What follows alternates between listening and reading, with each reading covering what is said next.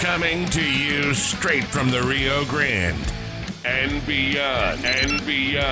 Broadcasting to the four corners of the globe. So grab your seat, your coffee, or your sundowner. Okay, everybody, here we go. On point, as always. This is Gloves Off. Gloves Off.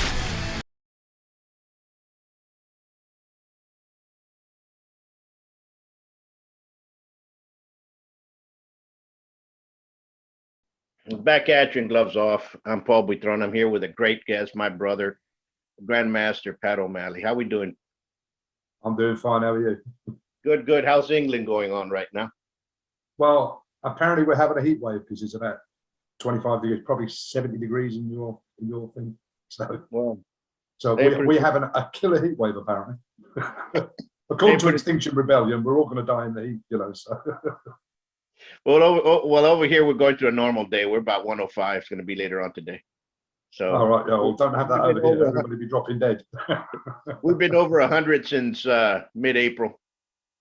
Yeah. Well, we've had rain as we do. It's England, And the hottest one we had is 30 degrees, which I think is about 80 over your way. So apparently that's dangerous. That's dangerous here. We should be getting rain this week because we have a hurricane hitting landfall in Louisiana, the state next to Texas. So, with prayers to those guys over there because they're always getting hit, bombarded left and right. But our condolences for Grandmaster Canete. Yeah. No, it's a sad loss. Sad loss. Known him for 30 years, so it's like. Dos Pares lost two already. Lost within the last, I would say, 6 weeks. Grandmaster Alfred Wonderland also passed away. Yeah. Good man. I've seen that online. Yeah. No, knew them both personally. So yeah, I did not know. I did not know Canete, but I knew Wonderland very well. Yeah. But let's touch base. How did you get involved? Number one, not only in the martial arts. How did you get involved within the Filipino martial arts, and how did you take that into a new direction? Because you've been leading the way in England for the longest time.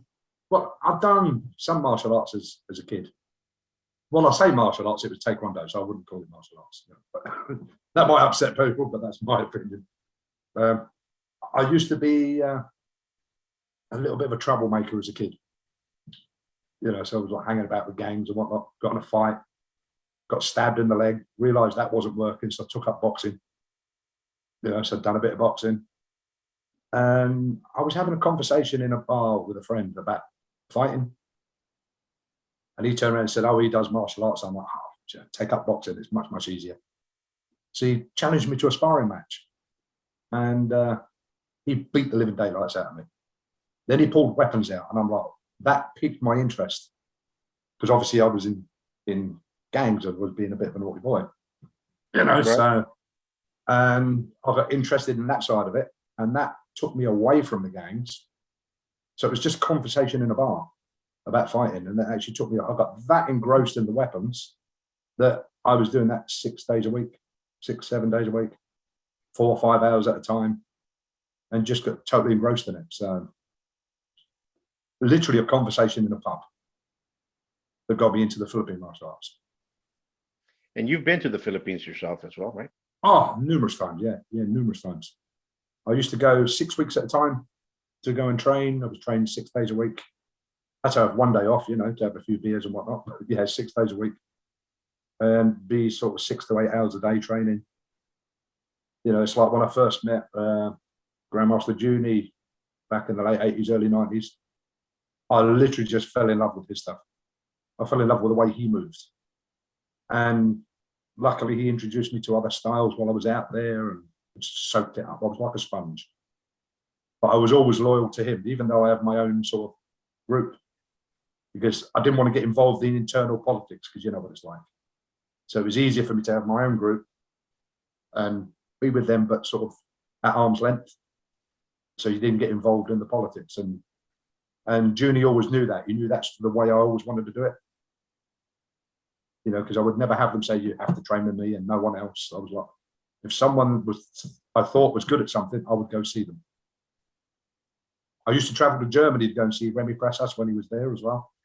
Sure. You know, so I struck up a good friendship with him before he died. So I was one of the guys that was responsible for bringing him to England for the first time, because he didn't really want to come. He said there wasn't much call for him over there, which was true at the time, because modern artists wasn't big in England. It was more sort of Germany, around mainland Europe. So, but yeah, you know, and the rest is history, I suppose. You know, Absolutely. You know, I know one of Remy's, I would say, grandmasters, which is Bram Frank, good friend, good brother. I love his knives. You know, I use his knives all the time. You know, and yeah, a few of my guys have a good collection of them. And they're yeah, good I know blades. one of his guys over here, Darren Davis, is a good friend of mine. You know, so we're all sort of connected to each other. Yeah. And you can start. Then you start seeing the cross training and the actual involvement. You know, because there's a lot of people that say, "I'm only with this one person." Then you realize that they've all been cross training left and right. You know. Yeah. I always laugh at that and say, "I'm only loyal to this style." And I said, "But yeah, if you look at the guy you're training with, he trained with everyone." You know. So. I sat in Grandmaster Junie's kitchen one morning. We were having breakfast, and we were sitting laughing because we were listening to the students, because we had Buitron, Lapunti, and Dosipari students outside training, and we were listening to arguing that their style was the best. Blah blah blah. You shouldn't be with them. You shouldn't be with them. But I was sitting there with the head of Buitron, the head of Lapunti, and the head of Dosiparis, and we were all sitting there giggling. Why are they arguing? We're all sitting here having breakfast, like, you know. And they're all trying to argue that they hate each other, but we're all sitting around the table having breakfast. You know, I think it was more for entertainment value that they used to let it carry on. Like, you know, and they've done it in a way because they could see who was loyal and who would talk behind their back. You know? Yeah, you might be right. You know, because I used to, you know, I knew they're all related to each other. They're all cousins and whatnot. So, you know, so when families argue, let families argue. Don't get involved. Let them argue between themselves. Absolutely. You know, and I came up on a different thing. I came up on the Savat side of things. You know, and when I went to Dallas, that's when I realized that there were other martial arts out there. You know, and my introduction to the Filipino sides was because I had a lot of students that did Jeet Kune Do and they wanted to learn Savat. Yeah, that was the first full-time club I went to, was the Jeet Kune Do club. Yeah, I mean, I was more interested in the Filipino side because they were the only place that done it really properly. You know, right. So you started seeing that, but I really didn't see the Filipino martial arts until I did a seminar in Reno in 2004, and I met. If your viewers ask, don't worry. It's the middle of the afternoon here. We're allowed to have wine. No. Well, anyway, and I met Ron Saturno, who came out of Angel Cabales de Cerrada. All right, yeah. And is a brother of ours as well, and Carlito Bonjour, you know. Yeah. And I saw them move, and I said to myself, they know what they're doing. So we became very good friends, and I went back to Stockton, and then you started hearing all these stories before there that, you know, they were all into a fight with each other, and everybody. You go to Stockton, it's the same thing. Yeah. Everybody's friends, everybody's having lunch, everybody's cross training back and forth, and you're like, you know, and that's what piqued my my interest into the Filipino arts. Yeah. I know they all train with each other, all have dinner together. You know, it's like when they have the world championships in the Philippines, they make it look like they're apart. There's challenge matches going on in the newspaper. They don't realize that sells the tournament. Absolutely. But behind the scenes, they're all sitting having a drink. They're having something to eat. They're giggling away. Because, you know, you're living in a country where if you don't work, you don't eat. It's that simple. So you need a little bit of controversy to get the tourists over, to get them engaged. And of course, they're all paying big money, aren't they? Hence, you get a lot of people getting certificates as well. You know, they pay big money. You've got 5 kids to feed. You've got no money. Somebody's going to give you $1,000 for a signature on a piece of paper. They're like, why not? You know, you would do the same thing. Absolutely. You see, a lot of people don't understand that. And what I see is you have to embrace that culture for you to understand it. If you've never been there, if you haven't seen it, if you haven't been around it, you're never going to understand it. No, it's true. That's why 3 years ago, I took a lot of my guys out there. I said, look, you know, the last of the old guys are starting to leave now, you know, so you need to go see them. But you need to embrace that culture as well. But you need to do it away from sort of the international tournaments, because you won't see the real people then. They have to put on a show, and they're trying to entertain everybody. And it was the best thing they ever done. It gave them a better understanding of like how the culture works, why the art does it the way it does, you know, and literally to ignore all the mayhem in the foreground and watch what's going on in the background. You know, these guys are just trying to keep their art alive, you know, and if they seem to think that controversy will keep it alive, they'll use that. Absolutely.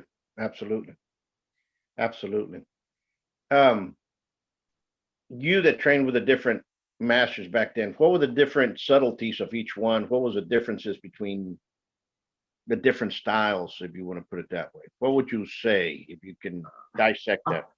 I don't think it was styles. I think it's more personalities. You know, some people would be sort of gentle, persuasive. You know, they just ease you along. Other people, if you got it wrong, you got hit hard.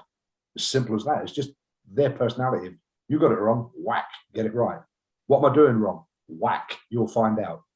Whack. Oh, that one didn't hurt. That means you're doing it right. You know, so it's not so much the. I mean, everybody's locked into this style thing, and it isn't style. You know, I had a dispute with some JKD guys once, and I said, "Look, you're going on about having style with no style and all that sort of thing." I said, the Filipino guys are more JKD than you are, because they don't care about styles. You know, to them, it's just a name. They don't know what style is. You are basically the style. You bring your own personality to it. And that's what I liked about the Philippine martial arts. You were not a robot of the instructor. If you added your own personality into it, then you were getting it right. If you try to copy them identically, then you were getting it wrong, and they'd find a gap and they'd hit you. You know, because it's easier to fight yourself than it is to fight someone else. You know, so it wasn't so much styles, it was more personalities than anything else. And I just connected with the personality. For some strange reason, I seem to connect with the personalities that hit me the hardest. You know, if they give me pain, I thought, I like this guy. You know, I mean, I was lucky. I met Momoy Kinyeti a couple of times, and little tiny old man, you know, threw me across the room like I was a feather. I went to get up. He kicked me. He said, I didn't say get up yet. Now get up. And I thought, I like this old guy. You know, and Junior Kinyeti, just a wealth of knowledge. You know, and when you see him teaching in public, lovely guy. You know, laugh, joke, very, very intelligent, gets his message across. When I trained with him in private, he was brutal to me. If I got something wrong, I got hit hard. And he taught me in Filipino. Bearing in mind, I don't speak Filipino. I had one instance. He'd come over. I brought him over, and it was in winter. He was suffering with his leg because he wasn't used to the cold. And my ex-wife was 8 months pregnant at the time with my son. And he'd make us train 8 hours a day. And she'd go, I have to sit down. I'm pregnant. He said, you're pregnant. You're not ill. He'd teach me at full speed in Filipino and hit me when I got it wrong. He'd teach her very slowly in English after he taught me in Filipino. And I'd look at him and stare and go like, why are you teaching her slowly in English? He'd just look at me and smile. He said, basically saying, well, you should know better. You've been doing it long enough, you know. Absolutely. So yeah, personalities, not styles. Absolutely. And I think that's the way it is, you know, because you know, you have a lot of, it's just like boxing. Let's look at boxing. Yeah. Boxing has a jab, cross, left hook, right hook, uppercut, overhead, over right. Everybody around the world knows it, but everywhere around the world they teach it differently. I'm pretty sure in England, in different areas, it's taught differently. Oh yeah. I used to box in East London, Sure. which was probably excuse me, more brutal and a little bit more aggressive, but very simple. Whereas you go to other areas of Britain, they're a little bit more subtle about it, you know. So it just depends where you come from as well and who you were training with. Absolutely. But they got the point across, that's the way that's the way it is, you see that. And then it's kind of like if you have the gift or if you're able to survive a certain percentage of boxing, then they'll start paying attention to you. Yeah, yeah. And then if you could put bums on seats, then they'll promote you. It's because at the end of the day, boxing is all about the money. Absolutely. Don't get me wrong. It's taken a lot of kids off the streets, me included. It does take kids off the streets, give them direction. But if you can put bums on seats, then you'll make money. You don't have to be the best boxer in the gym. You just have to put the most bums on the seats. Yep, absolutely. You're absolutely correct. That's the same way it was in France when you were over there. And that's what happened in the Savate gyms. If you'll learn, but if you're a good fighter and you were in the ring, well, guess what? Your club went up higher, a little bit notched up. So you get a little bit more federal money. I met a few Savate and Lacan guys when I was in Paris in '92 teaching out there, and these guys were just awesome. I'd been exposed a little bit to it via some of the JKD guys. Yeah. But what I saw over there was just a whole different level. And I've come back to England and I thought, no, you're not doing Savate. You're playing Savate. Yeah, these guys were just like, they could pinpoint you. They hit you with a needle on the end of their toe and just take you out of the game. And I thought, these guys were good. Yeah. And they earned their stripes in the ring. Yeah, absolutely. You earned your stripes in the ring. And I've always been a firm believer of that. If you can actually go toe to toe with someone that you've never met, who's trying to take your head off and survive, you don't have to win, you just have to survive, then you're learning your craft. Absolutely. And absolutely, Emperado from Gajo Kempo, Grandmaster Emperado used to say, a man that's good in his basics is a hard man to beat. And you have to pass on those basics. You have to trying over and over and over until you're sick of doing basics. And then you do them again. Yeah. Then you do them again. You right now in this time, I don't know if you see this in England, but here in the United States, you get a lot of students that want to come in. And the first thing that they do is teach me the advanced technique. Well, you can't even jab or cross correctly. You cannot even bob and snip a punch. How can I teach you that if you don't know this? Yeah. And you teach them and they can't do it. And they're like, I told you. I've done a course here. It was a 5-year training course. Started doing it about 6-7 years ago. Started off with 20 people. I said, Rob, I'm going to teach you as much as I can that I've learned in 30 years. I'm going to do it in 5 years. Yeah, because I'm not going to teach you a syllabus. I'm going to teach you how to understand what I'm doing. And it started off with about 20. It ended up, I think, 4 people finished it. But after the first 6 months, somebody said to me, when are we going to get to the good stuff? I went, we're doing the good stuff. He said, but you're just teaching us how to walk. I went, uh-huh. The ones that finished the 5 years, says, what has he been teaching you in the 5th year? He said, he's been teaching us how to walk. That simple. I said, we're doing the simple basics, but I'm going to make you awesome at the basics. And that's it. Everything else is just you coming across. Yeah. Absolutely. If you think it's any more than that, then all I was doing was teaching them how to understand it, how to break it down, how to dissect it, and how to recognize how people move. And if you can recognize how people move, you can find gaps. When you find gaps, then you can beat them with the real simple stuff.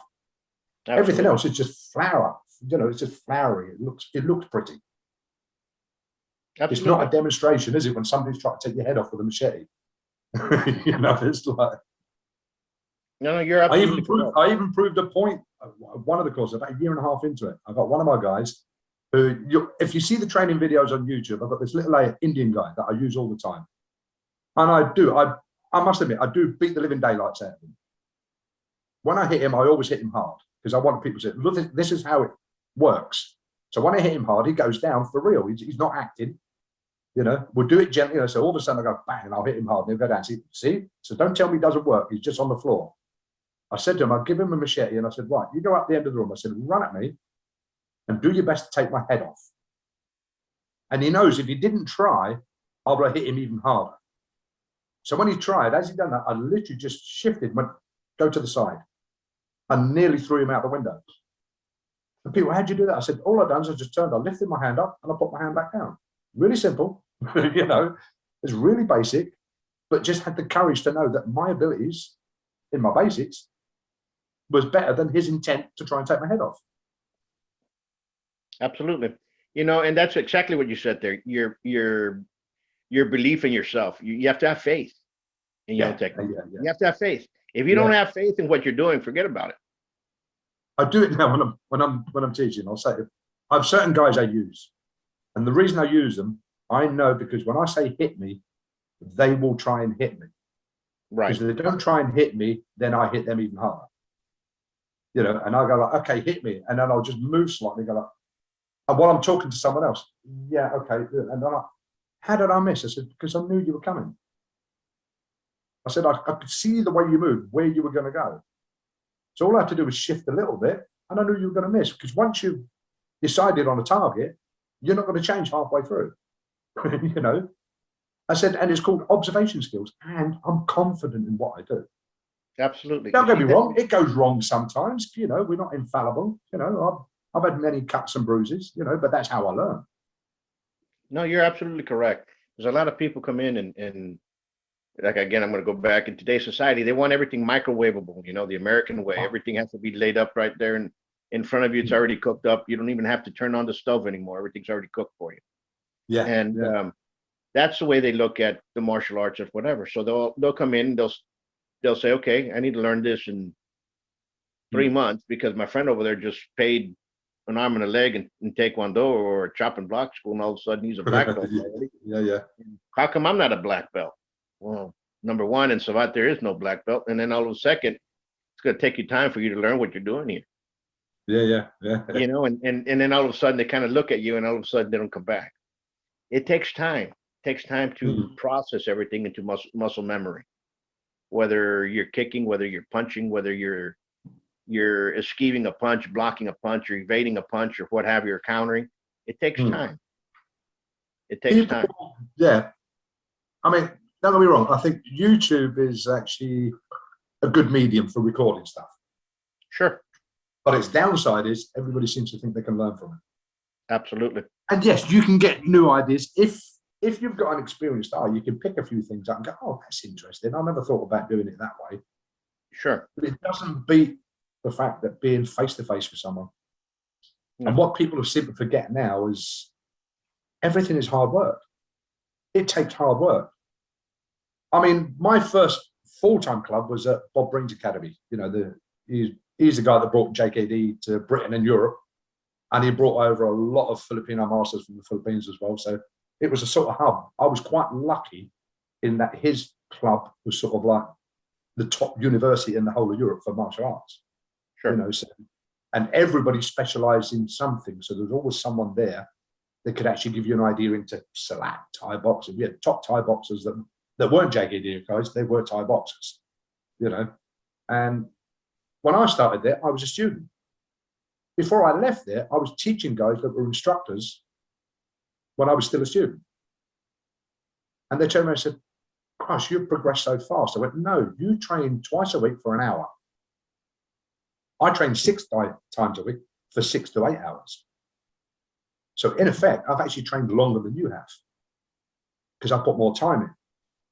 And not only that, you train and do all these drills, I get people to hit me to see if it works. And if it doesn't work, I end up walking out with black eyes and bruises and cuts. Eventually, when I stop getting the black eyes and bruises and cuts, I know it's working. Absolutely. So well, put it this way, it's like Bob Breen gave me the best compliment that wasn't a compliment. We hadn't seen each other for years. We had a falling out over other things, money and whatever, And we actually met at the Philippine Martial Arts Festival, which I organised originally. And he turned around and said, you know what, Pat? He said, I've had thousands of people come through my door. And there was a few hundred people that were naturally gifted. You weren't one of them. I said, of course, I've looked at it and think, well, where are we going with this one? He said, but you're proof that hard work pays off because you're actually better than all of those. Absolutely. And I thought, well, that's the first time he's actually been nice to me. Even when I was his training partner, he was never that nice, because he knows his stuff. He's another guy that's probably underestimated with his talent and his skill. A wealth of knowledge in his 70s, and he can still move like a 20-year-old. His knowledge is just like a bank of information. Absolutely. And there's people out there that same way. And I guess it's not, how can I put it? When you teach somebody, you want your students to excel past you. That's what you want. Oh, 100%. You want them to excel past you. Hmm. And I've seen instructors that keep their students clustered in a little box. Yeah, only 90% of them. Right? Yeah, only 90% of them. Yeah, yeah. And you see those instructors go out to seminars, go out training elsewhere. They'll say they're going to a vacation with their wife and they're actually doing a workshop in San Diego or what have you, right? Yeah, yeah. But their students are not allowed to go. Yeah, right, exactly. They're just in a little box. Then you got the instructors that bring in other people and bring in people for everybody to see what's out there. Because the worst thing you want is for you to be in a street fight and somebody does something you've never seen before. Yeah, yeah. I've got one student in particular. He's been with me 26 years. He doesn't have to be with me. He is the top Serrata guy here. Right. You know, but he started with me. His intention, he wrote in his bio, he said, he was doing some form of Kung Fu, I can't remember which one it was, he said, but he'd injured his leg playing rugby and all that sort of thing. He said, I went there to do Filipino martial arts with Bob Brink, because he was the big name at the time. He said, and I met this ginger-headed guy who was arrogant and a pain in the arse. He said, I've been with him ever since. Now he's gone off and learned other systems and become really, really good. He's an exceptional teacher. He doesn't have to be with me. But he knows my approach to it has always been, you've got to be better than me. I can only take it so far. Absolutely. And when you get better than me, I have done my job. If you decide to leave and go off on your own thing, I'm happy for you as well. I've had students where I've pointed them in the right direction. Look, you're more suited to that system. You know, I'll even give you the introduction. If you're happier there, go there. But they always come back. Absolutely. Absolutely. Absolutely. Any instructor that's scared of the students getting better than them has confidence issues. Absolutely. You know, and we've had students the same way, you know, and they always come back and they're elsewhere, you know, around Dallas, you know, because I was in Dallas for the 90s. That's where my school was at. And I moved back down south in Texas, right, and back to Laredo. And I got students there that have been around for, one of them's 28 years, my oldest student. He has a small club out there. And he tells me, I want to branch out and actually have a school. How can we build it? Well, I'll teach you how to build it, you know, how to build it with students, how to advertise and so on and so forth. And I go, but, you know, let's start out small. Don't start out with a big old lease that you're going to have, you know, because all of a sudden you can't pay for that. Yeah, yeah, yeah. Oh, I've been there a few times. And I said, you know, and you also have to understand that, so that's not one of these arts. It's going to be getting you 50 students walking in the door. Yeah, Filipino martial arts is the same here. They go like, Filipino martial arts, go, huh? Where's that country? You know, it's like, they automatically think Chinese and Japanese or maybe Korean, you know. Korean, yeah. What's the most popular martial art over there? Is it still Taekwondo? Oh, of course, yeah, yeah.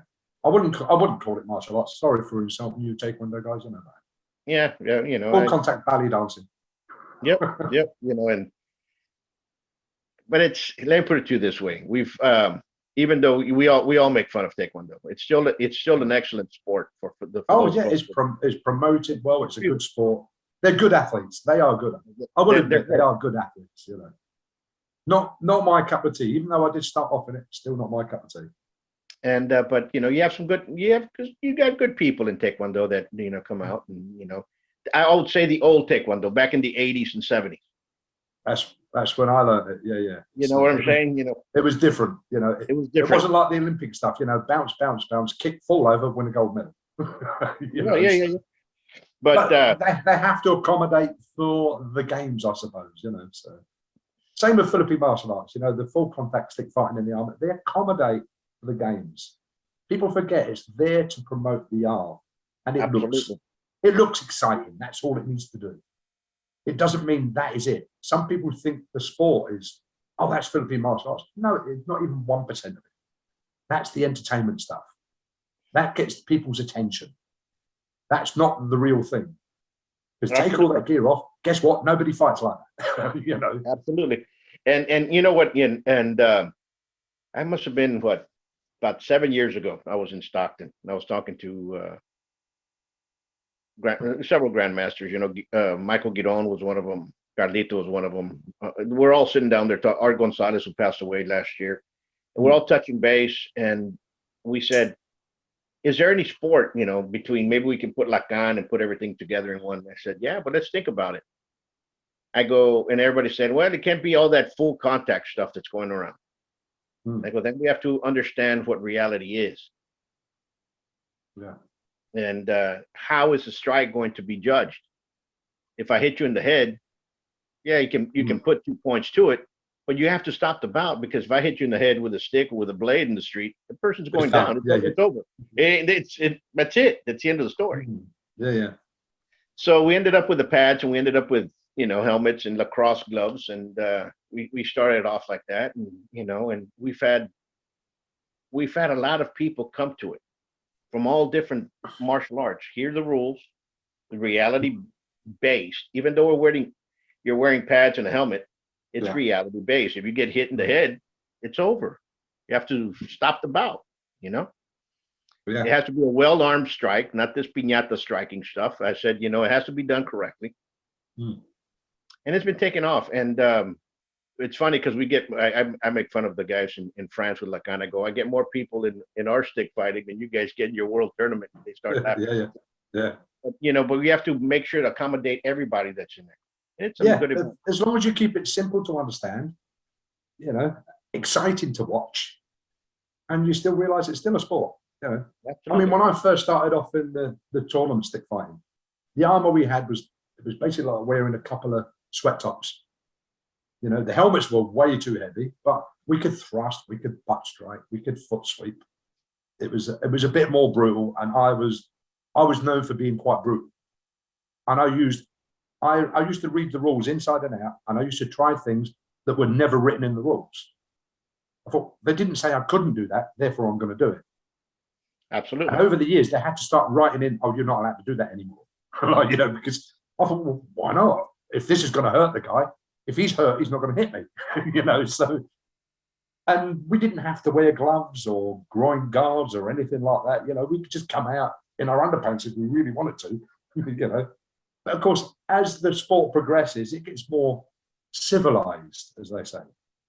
And it becomes more accessible to everyone else. You know, put it this way: if they'd done the tournaments when I first started, if they'd done that now, most people are like, "Oh no, that hurts too much." You know, because people don't like pain. You know, so even I don't like pain, but I'm willing to put up with it because it teaches me something. And that's, you said something magical right there. I'm willing to put up with it. If you're not willing to put up that pain in the school where you're training, this is not for you. Yeah. I used to run a big club when I was in the north of England. I used to live up in Yorkshire. I had quite a big club there, 10,000 square feet. And I used to run Thai boxing classes and stick fighting classes. You know what my biggest complaint was? Why people didn't want to train?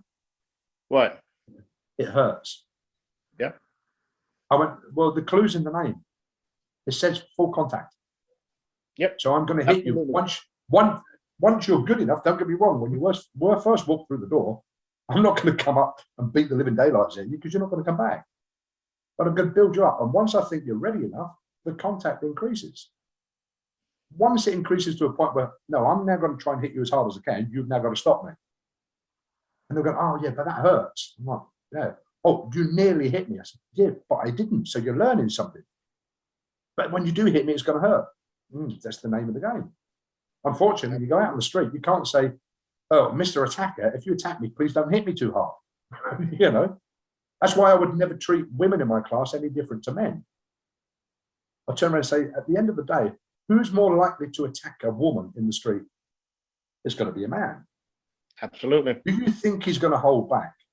No? Then get used to getting hit. Absolutely. It's that simple. Get used to getting hit.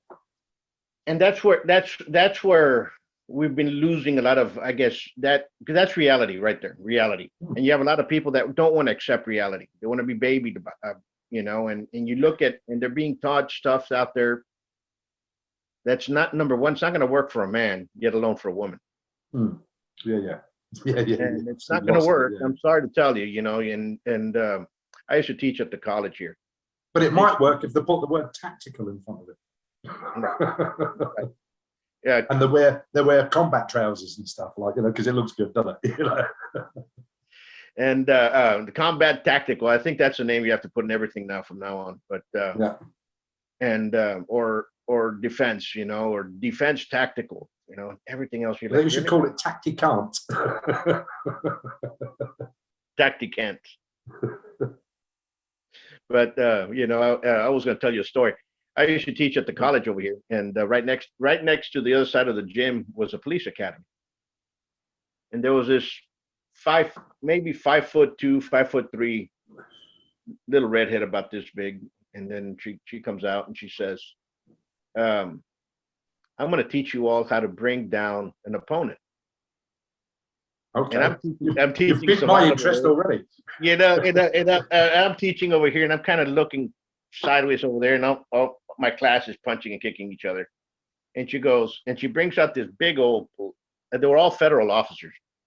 The guy was 6'2", and size difference, 5 foot, 6 foot. Yeah. And she goes, and I'm going to palm him in the stomach, and then I'm going to palm him in the jaw, and it's going to drop him. And I laughed from one side to another, and everybody turned around and they looked at me. It's reality. Wake up. Yeah. It's like, really, from where? Unless you're going to drop them with a pistol, maybe. Well, I went out to Mexico, taught in Mexico, and I ended up teaching the Federale Police. And I had to do a demo at their headquarters and all that. So, I mean, these guys are tough guys, These guys go to bed with their handguns just in case the drug dealers turn up at the house.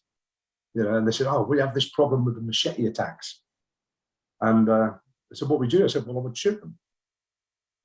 "What do you mean you would shoot them?" I said, "Well, I would shoot them. If you've got a gun, pull your gun out and shoot them." He said, "What about their human rights?" I said, "Yeah, but what about your human rights? You've got a right to live, haven't you?" And they went, "Ah." So they handed me a gun, and they were quite surprised that I'd actually checked it all. And I went, "Oh, you're checking it's unlike." I said, "You don't think I've handled a gun before? I may be from England, but I do know how to handle a gun." And they got this guy.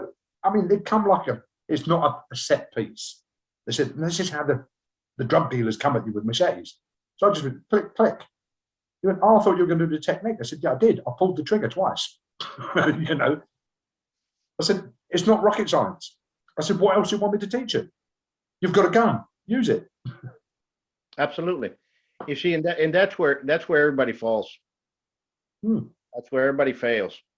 And they have the weapons with them. They have the tasers with them, and they make it escalate into a different problem, which could have been. Unfortunately, the rules allow the escalation. Absolutely. They could have taken care of it easy, and now you have a bigger problem. The rules allow them for it to escalate, because the guy with the machete goes, "I've got human rights, but you're trying to take my head off." Absolutely. As far as I'm concerned, all human rights go out the window. Absolutely. Because I want to go home at night, and I want to eat breakfast in the morning. And I want to eat solid breakfast. I don't want to suck it through a straw. Absolutely. Well, brother, what would you tell somebody that's walking in or saying, "You know what, I would like to learn martial arts. How or which one should I look for, or what school should I look for?" What would be the first answer you respond, or of your response? What is it you're trying to achieve? Is it a hobby? Is it for sport? Or do you actually want to learn some life skills? Because the life skills one, that's the one that's going to hurt. That's the one that's going to be painful. But it's going to be simple. If you think it's going to be all this arms in the air, jumping about like you've seen on Crouching Tiger, Hidden Dragon, you're in the wrong place. Go find something else. Absolutely. Just what do they want out of it? And don't get me wrong, you can accommodate everyone. If someone just wants to do it as a hobby, fine, that's fine. You understand that, you know. If they just want to do tournaments, fine, that's fine. But it's not martial arts, not in the way I see it. And I can accommodate it, but if you want to learn some life skills, I can't guarantee you're going to survive because nobody can do that. Right. But at least I can give you some tools in the box that'll give you a fighting chance. Absolutely. Absolutely. Absolutely. I used to have a shirt that used to say, I can give you the speed and I can give you the skill, but the will comes from within. Well, no matter how much skill you give someone, if they haven't got the intent behind it, it's not going to work anyway. Absolutely. Yeah. And that's where a lot of people seem to make the mistake. They think, well, I've learned all this martial arts. Yes, but if you're not intending to survive more than the other guy attacking you, none of that's going to work anyway. Absolutely. Absolutely. You've got to be willing to go that one step further. I said it to one guy once. I said, right, I said, if he's willing to break your leg, you should be willing to break both legs and both arms. Absolutely. If he wants to break both legs and both arms, you want to be able to kill him, his wife, his children, and his grandmother. I said, you always have to be willing to go that one step further, but knowing full well that you can pull back anytime you want. That way you can walk away going, I've just saved your life because I haven't killed you. Absolutely. If you're not willing to do that, then whatever I teach you is not going to work. Absolutely. And you see, and that those attitudes are being lost within the teachers, within the schools that are being produced right now. And I don't know if that's a good thing or if it's a bad thing. Maybe it might be a bad thing for the art, but eventually, or what I'm trying to say is, how are we going to bring that back? You know, it's going to be the hardest thing to do. How do you instill into a student that understanding or that decision making in the second time? I don't know. It's a bit like evolution. I think it's going to come full circle. You know, I mean, at the moment, most of the martial arts I look at now, they're like the entertainment industry. Sure. You know, they look nice. They're flashy. They've got the nice uniforms. Everything looks fantastic. Looks wonderful in demos. But really, most of it in real life is not going to work. And people have got that comfortable now because they can download a movie really quickly. They can go and get their fast food in a minute, and they want everything now. Eventually, it'll go full circle when they realise that although you've got 1,000 people in your gym or your club or whatever it is, nobody could punch their way out of a paper bag. And it only takes 2 or 3 out of those 1,000 to go, I've had enough of this. I want to learn to do it properly. The real clubs that teach people how to fight properly are never going to be big money makers. If you think you're going to make an absolute killing living out of it, then you're mistaken. Absolutely. You know, because in order to make money, you've got to give up a lot of what you really want to do. Absolutely. And you've got to pander to, for want of a better word, the snowflakes of society. You know, because they don't want they want to watch violence on TV, but they're not willing to participate in it. And what we teach, in essence, is violence. And they're controlling the violence. Yeah.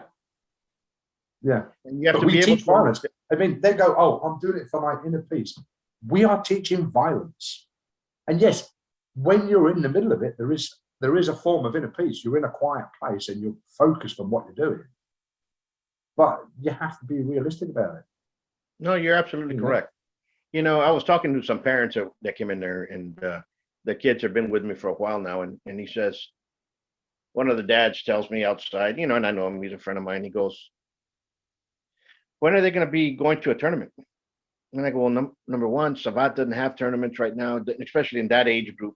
You know, unfortunately, you know, it's just like boxing by weight and by class and by experience. And unfortunately, we don't have it right now. We used to.